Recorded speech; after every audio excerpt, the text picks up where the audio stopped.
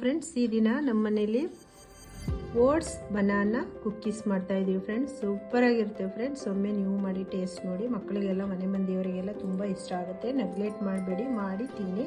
ಅದಕ್ಕೆ ಏನೇನು ಸಾಮಗ್ರಿಗಳು ಬೇಕು ಅಂತ ಹೇಳ್ತೀನಿ ನೋಡಿ. ಓಟ್ಸು, ಬೇಕಿಂಗ್ ಪೌಡರ್, ಬನಾನಾ, ಖರ್ಜೂರ, ಮೂಸ್ಲಿ ಇವಿಷ್ಟು ಇದ್ರೆ ಸಾಕು. ಸೂಪರಾಗಿ ಕುಕ್ಕೀಸ್ ತಯಾರಿ ಮಾಡ್ಬೋದು. ಇವಾಗ ನೋಡಿ, ಬನಾನನ್ನ ತೆಗೆದಾಕ್ತಾ ಇದ್ದೀನಿ. ನೋಡಿ, ಚೆನ್ನಾಗಿ ಬಾಳೆಹಣ್ಣನ್ನ ಈ ತರ ಕಿವುಚ್ಕೋಬೇಕು.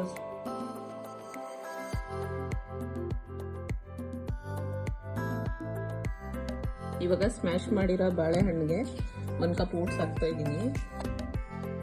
ಮತ್ತೆ ಇದು ಮೂಸ್ಲಿ, ಡೇಟ್ಸ್,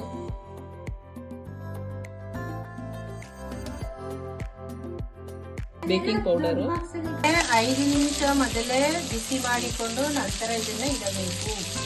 ಈಗ 5 ನಿಮಿಷ ಬೇಕಿಟ್ ಆಯಿತು. ಇದೇ ಥರ ಸ್ಟ್ಯಾಂಡ್ ಇಟ್ಕೊಂಡು ಒಳಗಡೆ ಇಡಬೇಕು. ಇವಾಗ ಒಂದು 20 ನಿಮಿಷ ಮೀಡಿಯಂ ಫ್ಲೇಮಲ್ಲಿ ಇಟ್ಬಿಟ್ಟು ಈ ಥರ ಕ್ಲೋಸ್ ಮಾಡಬೇಕು. ಇವಾಗ ನೋಡಿ 20 ಮಿನಿಟ್ಸ್ ಆಗಿದೆ. ಬಿಸ್ಕೆಟ್ಸ್ ಎಲ್ಲ ರೆಡಿ ಆಗಿದೆ.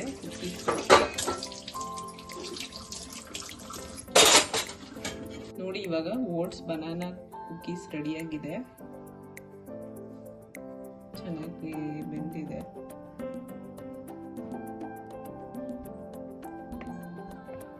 ಇಷ್ಟ ಆದರೆ ನೀವು ಈ ರೆಸಿಪಿನ ಟ್ರೈ ಮಾಡಿ.